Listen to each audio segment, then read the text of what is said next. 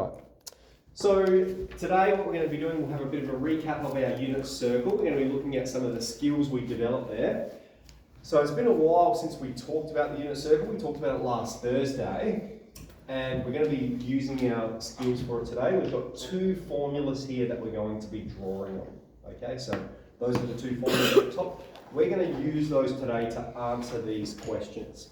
Now basically what we should remember from the unit circle is that any point around the outside of it can be described as x, y, where the x coordinate is cos of theta, all right, where theta is the angle, x is cos theta, and y is sine theta. So we have a relationship there for the x and the y value. So first up we have find cos theta given sine theta is root 3 on 2. Now what I want us to do is become familiar with our unit circle. So can we flip to the very back page where the unit circle is provided for us, the very back page, and there's a unit circle right on the back. Now we have sine is root 3 on 2, and I've said, well, sine is the y values. Okay, so what we're going to do is we're going to look around the unit circle, and we're trying to find the coordinates where the y value is root 3 on 2. Okay, now there's going to be two locations where it occurs. Let's show you why that's true. Root 3 on 2, if you put it in your calculator, you will get about 0.86. Now think that's a y value, okay? So if we're going up here, here the y value is 0, here the y value is 1, so 0.86 is going to be about here. And the points on the outside of the unit circle that have that same y value, the y value is going to be 0.86 here and 0.86 over here. Now we are interested in what is the cosine value of those points. That means what is the x value for those points. So for these two, we can just get it straight from the unit circle. So if we're looking at it, in the first quadrant, we'll have an x value of half. So we're going to say cos theta is half. And in the second quadrant, we'll have a cos value of negative half. Can everyone see that on their unit circle? Okay, so I want you to be able to read the unit circle. See that the cos value is half when the y value is root 3 on 2, or negative half in the second quadrant. Okay, so that's going to be our answer for part A. Now, we can answer this using the formulas as well. And we're going to have to in this example, because if I said, all right, find sine theta given cos theta is a third, and if you looked at your unit circle, you would not see a third on the unit circle. Okay, so you can have a look now if you want, but when the x value is a third, so let's think about, here's our circle, here's the x values, here's x is 1, here's x is 0, a third is going to be here, and there's no points on the outside of the unit circle that have an x value of a third. Okay, so we can't just go to the unit circle to harvest those values. Here we have to work it out. Now we're just going to use this formula here. We have sine squared theta plus cos squared theta is 1. That's the formula. And we're told the cosine value is a third. So what that means is sine squared of theta plus a third squared is equal to 1. All right, we have the cosine value is a third, so we're putting the third where the cos is. Now just remember cos squared of theta means cos theta squared. Okay, now we're trying to solve this for sine theta. So what we'll do first is we'll just expand that, I suppose. We will have sine squared theta plus 1 on top of 9. So we square both the numerator and the denominator. And we're trying to get sine theta by itself. So we're going to take away 1 on 9 from both sides. So if I have 1 take 1 on 9, it's an operation we can perform in our calculator. But the way we would do this fraction is we would express 1 with a denominator of 9. Well, that's 9 divided by 9 is 1. Take 1 on top of 9. And that gives us 8 on top of 9, of course. All right, if you have a whole and you take away 1/9, you're left with 8/9. So we have sine squared theta is 8 on 9. Now remember, we want sine theta by itself, so what we'll do is we'll square root both sides. That means sine of theta is plus or minus the square root of 8 on 9. Plus or minus because when we square root a number, we can have a positive solution or a negative solution. Okay, so, and we'll accept full marks there. The surd can be simplified. If you type this into your calculator, it would simplify it. It would simplify it to 2 root 2 on top of 3. So with square roots, they're a bit finicky because there's multiple ways of expressing them. You don't need to do that because we don't cover surds until next semester. So at this stage, we will accept that as full marks, okay, for sine of theta. Now let's move on to the part C then. We have find cos of theta given sine theta is 2 on top of 5. That's what it says, 2 on 5 or 2 on 3? 2 on 5, very good. We also have though, the reason this one's different is because we have a constraint for the problem. We're told and pi on 2 is less than theta is less than pi. So let's flick back to our unit circle on the back page. And what we're going to try and do is localize where is that occurring. And what I've sketched up here, all right, I've got the unit circle.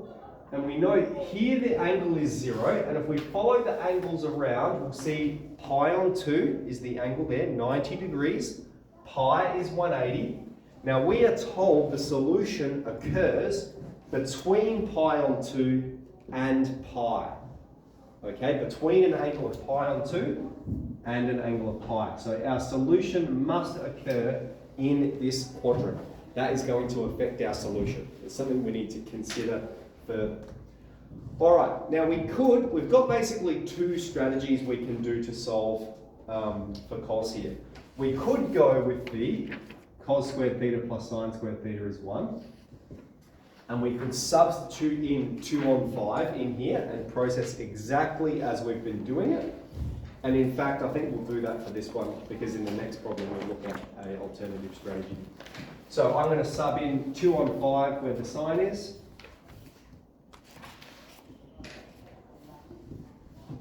Then we'll expand it. So we're going to square both the numerator and the denominator.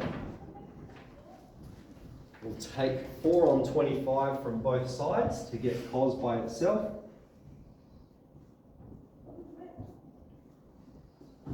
All right, I'll do that part slowly, sorry. We're going to have 1 take away 4 on 25. So just explaining those fractions operations. So we're getting cos squared by itself by moving that over. We're subtracting it. If I have a whole, take away 4 on 25, I would express this as 25 on 25. Right? And 25 take 4 is 21. Okay, so that's cos squared theta. And then we would square root it to get cos theta by itself. And remember, that gives us both positive root 21 on 25 or negative root 21 on 25. So it gives us 2 solutions, right? We're always expecting 2 solutions. However, sometimes given constraints, we're going to need to narrow down which solution we answer with. So remember, we're restricted to this region. Okay, that's in the question. It says pi on 2 is less than theta is less than pi. So we are restricted to this region. So what that means is in this region, we have to go, are the x values negative or are the x values positive? In this region, all of the x values are negative. You think it's a Cartesian plane, right? Here's x is 0, here's positive values of x, here's negative values of x. Which means the negative solution is the solution. We're going to reject the positive solution and we reference the region. We're rejecting the positive solution because the region we're looking at has negative x values. So we have from pi on 2 all the way up to pi.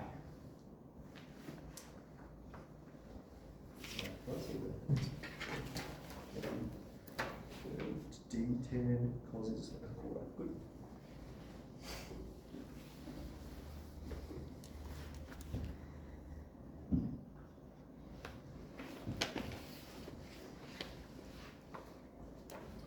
Okay, so now let's look at another strategy that we can use. And we don't have a constraint for this one, do we? Between 0 and pi on 2. Okay, so with this one, let's just focus on the constraint first. Between an angle of 0 and pi on 2, that means between 0 and 90 degrees. Now we're talking about the first quadrant. And in the first quadrant, all of the ratios are positive. If you remember from Thursday, we developed out all students talk cool. In the first quadrant, all of the ratios are positive. Here sine's positive, here tan's positive, here cos's positive. So that means all of our answers are going to be positive. We don't consider negative answers in this quadrant. Okay, we're going from 0 to pi on 2. Good. So find tan theta. Here's the strategy we're going to employ now. If we look at this formula, it doesn't have tan theta in it. There is a way for us to incorporate it, but I think a better way for us to understand how to solve these problems is to just start by drawing a right angle triangle. Okay? And we'll chuck a theta in there. Give that a theta there.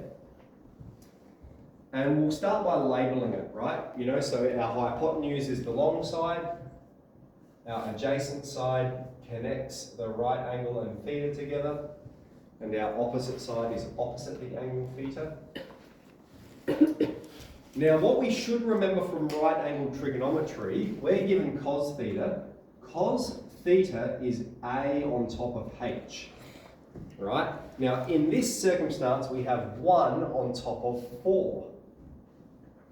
Okay, we have 1 on top of 4, which means A corresponds with 1. So I'm going to put a 1 where the A is. And H corresponds with 4. So I'm going to put a 4 where the H is. All right. Now what we need to do first is find this third side. We're going to find that third side just by using Pythagoras' theorem. We have a right angle triangle here. We have this length is 1, this length is 4, and we want to find what is this length here. Okay, what is this length? Let's call it x. And what we would have is we would have 1 squared plus x squared equals 4 squared. So Pythagoras says a squared plus b squared is c squared. We would have 1 squared plus x squared is 4 squared. And we're just going to process this through for x by itself. We'll have 1 plus x is 16.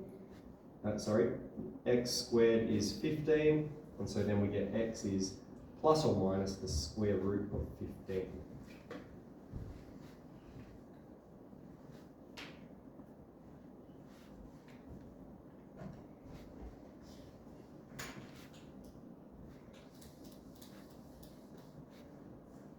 Okay, so we've determined that the opposite side here, we've determined this length here is the square root of 15.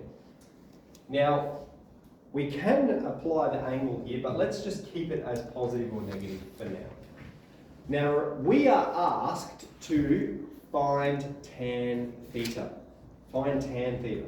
Well, tan theta is O on A. Remember our SOHCAHTOA, right? Cos is A on H. Tan is O on A. So that means our tan theta is going to be our opposite side, which is positive or negative root 15. On top of A. A is 1. So we have two answers here.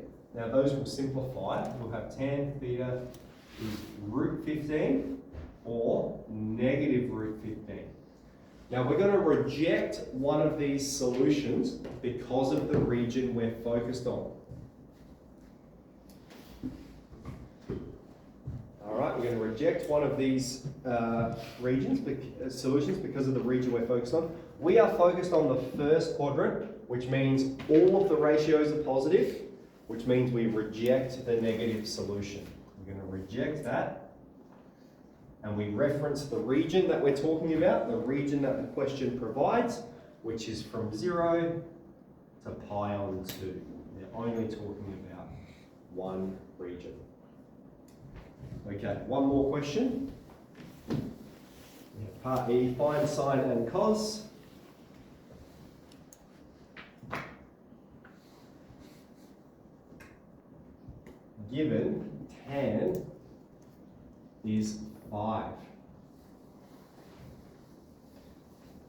Okay, so we've got two strategies we can use, right? We can use the sine squared theta plus cos squared theta equals 1, or we can draw the triangle. Certainly, I think drawing the triangle is probably a little bit easier, and you're going to need to employ that strategy every time we use tan, and we have no constraint here for this one, so that's fine. Okay, so what we're going to do first is we're going to try and draw a right angle triangle again. We put in our theta, we'll put in our right angle, we'll label it hypotenuse, adjacent, opposite. And we have tan theta is O on top of A. Now we have tan theta is 5. 5 has to be on top of something. 5 on top of 1. Okay, so we've got O corresponds with 5, A corresponds with 1. So here's 5, here's 1. And we need to find H. We need to find the unknown. So we'll use Pythagoras theorem again to determine H. We can keep it as H, or you can call it X if you want, it's up to you. But Pythagoras says A squared plus B squared is C squared. We have 1 plus 5 squared is H squared. So this gives us 26. And then we would square root both sides. We get H is plus or minus the square root of 26.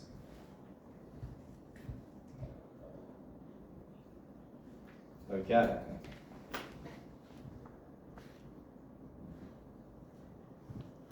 So that's how we determine the H value.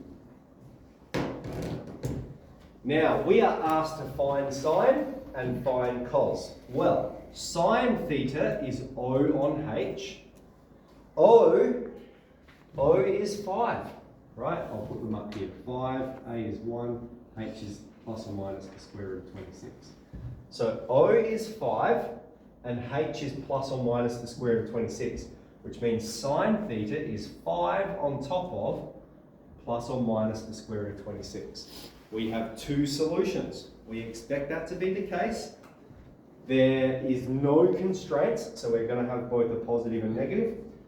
Cos theta is A on H. Cos theta is A on H. So we go, okay, A is 1. H is plus or minus the square root of 26. So those are our values of sine theta, those are our values of cos theta. We've effectively answered the question. Alright, so two strategies we can use. We can use this formula, or we can draw a triangle. It's up to you. I would encourage you to be comfortable with both, but we're basically just using these formulas to find unknowns in the unit circle. So 5D.1